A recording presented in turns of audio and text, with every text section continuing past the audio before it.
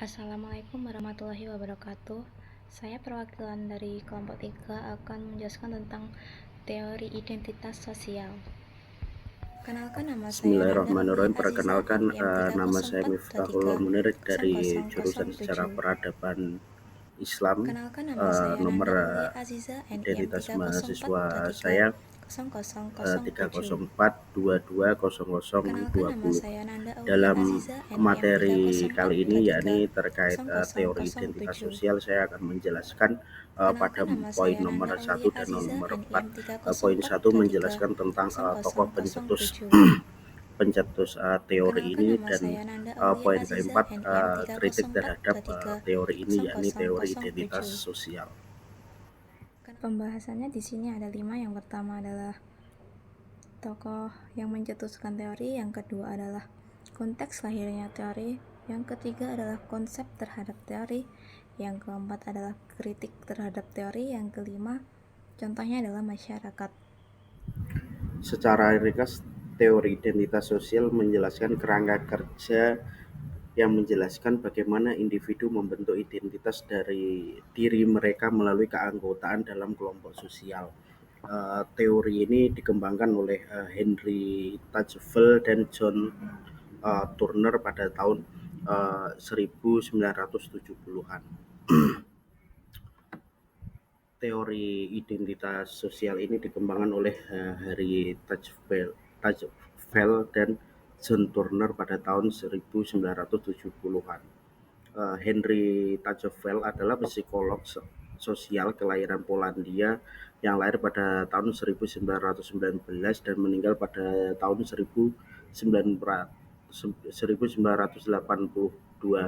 Kemudian menjadi kebangsaan Inggris. Ia terkenal karena ide social categorization, social comparison, dan pentingnya kelompok dalam membentuk identitas, prasangka, dan diskriminasi antar kelompok.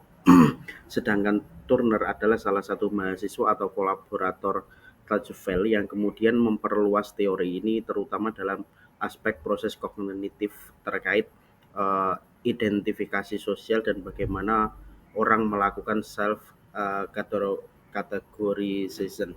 Dengan Turner, Tocqueville menyempurnakan aspek-aspek teori bagaimana seseorang mengidentifikasi diri dengan kelompok, kemudian melakukan perbandingan dengan kelompok lain, dan bagaimana hal itu mempengaruhi harga diri orang tersebut.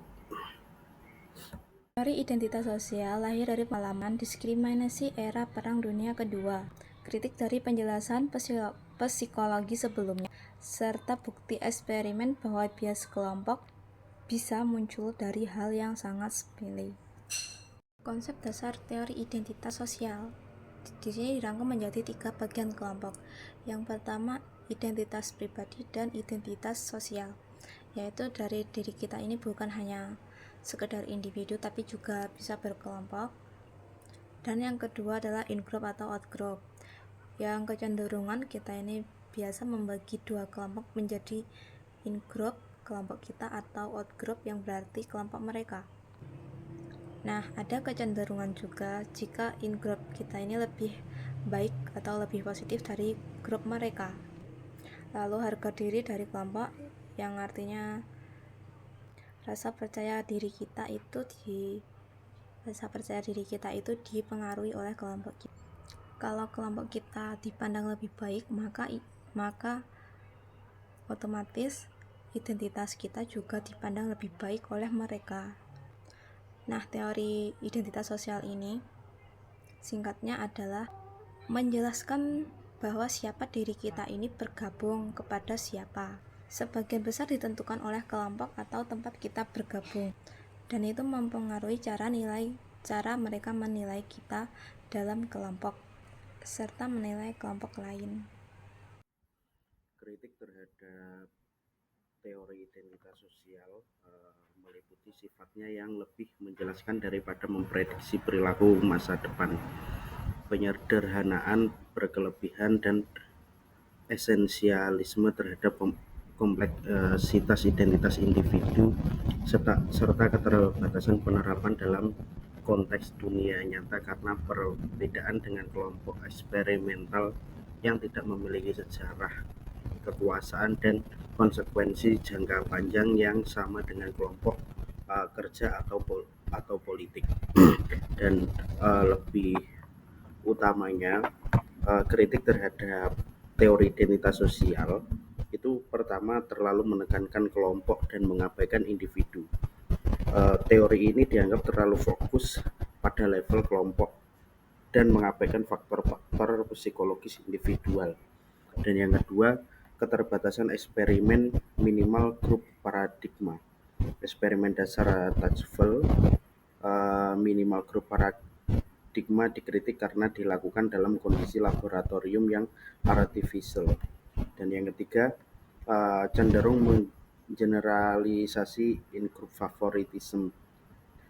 Teori ini berasumsi bahwa orang selalu berusaha meningkatkan citra kelompoknya dengan cara membandingkan diri dengan kelompok lain. Maka teori ini mendapatkan kritikan bahwa tidak semua kelompok menunjukkan bias in-group atau out-groupnya. Dan kritik yang keempat, kurangnya penjelasan tentang dinamika kekuasaan dan struktur sosial. Kritik padahal diskriminasi antar kelompok sering kali dipengaruhi oleh ketidaksetaraan sosial dan dominasi institusional, bukan hanya oleh identifikasi kelompok semata. Kelima, tidak menjelaskan variasi dalam identifikasi sosial. Teori identitas sosial ini mengasumsikan bahwa orang akan otomatis menginternalisasi identitas kelompok. Padahal ada individu yang tidak terlalu terikat dengan identitas kelompok atau malah menolak mengidentifikasi diri dengan kelompok asalnya, misalnya diaspora atau individu yang keluar dari komunitas tertentu.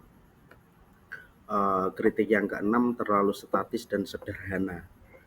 Yang ketujuh, tidak menyediakan solusi konkret bagi konflik sosial. Teori ini menjelaskan mengapa bias antara kelompok muncul tetapi relatif lemah dalam memberikan strategi resolusi konflik.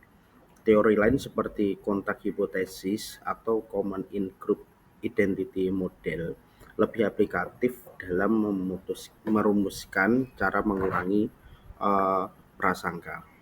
Yang terakhir adalah contoh dari masyarakat.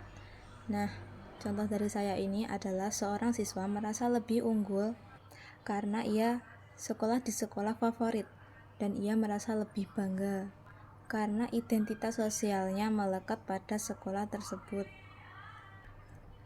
Nah, siswa itu bisa aja berkata, aku sekolah di sini, aku sekolah di sekolah terbaik. Itu harga dirinya akan naik karena sekolahnya dianggap bergengsi. Sebaliknya, siswa dari sekolah lain mungkin saja dianggap kurang hebat. Terima kasih.